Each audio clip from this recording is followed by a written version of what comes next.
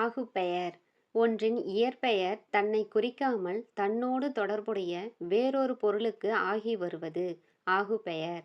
ஆகுபெயர் பல வகைப்படும். முதலாகுபெயர் அல்லது பொருளாகுபெயர். ஒரு முழு பொருளின் பெயர் அதன் ஒரு உறுப்புக்கு ஆகி வருவது முதலாகுபெயர். எடுத்துக்காட்டு மல்லிகை சூடினாள். இங்கு மல்லிகை என்பது முழுச் செடியின் பெயர். ஆனால் அவள் செடியையா தலையில் சூடினாள்? இல்லை, அந்தச் செடியின் ஒரு உறுப்பான பூவை மட்டுமே சூடினாள். எனவே முழு பொருளின் பெயர் உறுப்புக்கு ஆகி வந்ததால் இது முதலாகுபெயர். சினையாகுபெயர் ஒரு உறுப்பின் பெயர் அதன் முழு பொருளுக்கு ஆகி வருவது சினையாகுபெயர். எடுத்துக்காட்டு தலைக்கு ஒரு பழம் கொடு. இங்கு தலை என்பது ஒரு உறுப்பின் பெயர்.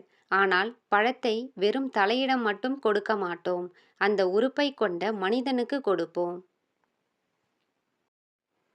எனவே உறுப்பின் பெயர் முழு மனிதனுக்கு ஆகி வந்ததால் இது சினையாகுபெயர். எடுத்துக்காட்டு தக்காளி நட்டான்.